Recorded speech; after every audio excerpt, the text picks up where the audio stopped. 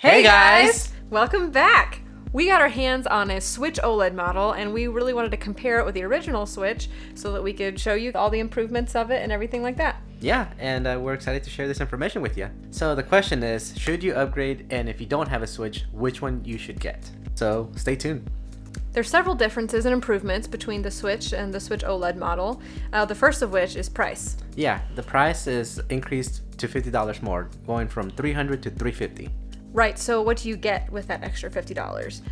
Well, first off is the namesake of this device is that it has a 7-inch OLED screen, and the original Switch had a 6.2-inch LCD screen. So what that means for you is that it's going to have a lot better color, the contrast is going to be a lot more obvious with truer blacks and brighter whites. Now, this is important to note that this only affects it in handheld mode. It doesn't affect what shows on your TV screen.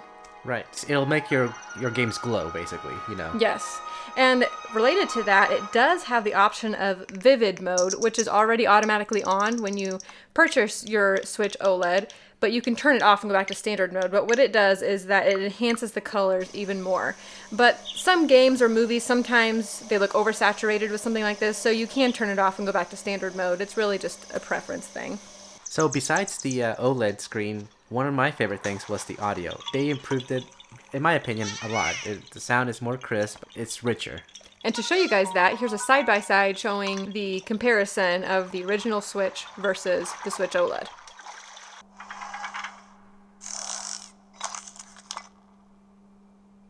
That is a Sheikah slate. Take it. It will help guide you after your long slumber.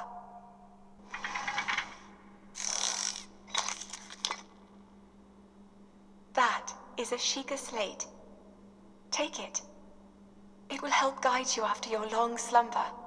So another feature that they improved on was the kickstand. It is so much better. It is really stable now, and it's actually adjustable, which is probably the best part. Yes, it's definitely a huge improvement for Playing it in tabletop mode. Exactly. So something else that many people might not have actually noticed is that the dock design is actually slightly different. And I'm not just talking about the addition of the LAN port, which they also did, but the edges on the dock are rounded instead of more square looking. So it's really, it's not a big difference, but some people might prefer the design change. And also the logo on the front is much smaller. They went with a much more simplistic look. Right, and the measurements of the console are actually slightly bigger, but not noticeable. It's very subtle. The screen is bigger because they decreased the bezel size around the console screen. Right, and it just makes it looks a lot more professional, and I don't know, it just looks really good. Yeah, it's one of my favorite things. The last improvement of note is the internal storage.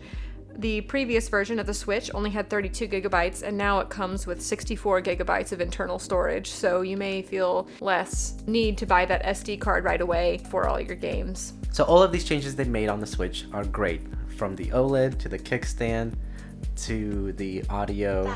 All those changes, they did fantastic. We were disappointed in a few things. As I think everybody is. There's definitely some key things that were missing that I think everyone was looking for in the next Switch upgrade. The first of which is that it doesn't support 4K, which I think was what everyone was hoping for the absolute most. Yeah, a lot of people have been looking forward to Nintendo's next console to support 4K. Right, and with that, it doesn't support HDR, and it also just runs the same frame rate, so we're not seeing an increase in frame rate either. And the battery life of the new Switch is the same as the old one. Right, the version 2. The version 1 Switch, it's improved over that, but it still sits at 4.5 to 9 hours, depending on what game you're playing. So the big question that everybody has is, with all these upgrades and the upgrades that we didn't get, is it worth getting, or is it even worth upgrading? I think Jonathan and I agree, but if you already own a Switch, I personally don't feel like it's worth buying a whole new Switch for these upgrades. They are great upgrades, but maybe not worth actually upgrading from an old Switch to this one. And if you don't have a Switch, then this is the time to get this Switch. Yes, if you haven't bought one yet, then I would go ahead and go with the Switch OLED, because the OLED screen really is beautiful, and all of the other features come together to make a really well put together console. But I will say this, if you play your Switch as a handheld more than you do docked, then I would say it's a good upgrade. Yes, it would be a good upgrade for those that primarily play in handheld mode for sure. And that's it, guys. That's all we have for you. Yeah, thanks for watching, guys. Give us a like and subscribe, and we'll see you next time. Yeah, let us know what else you want us to review. Bye! Adios.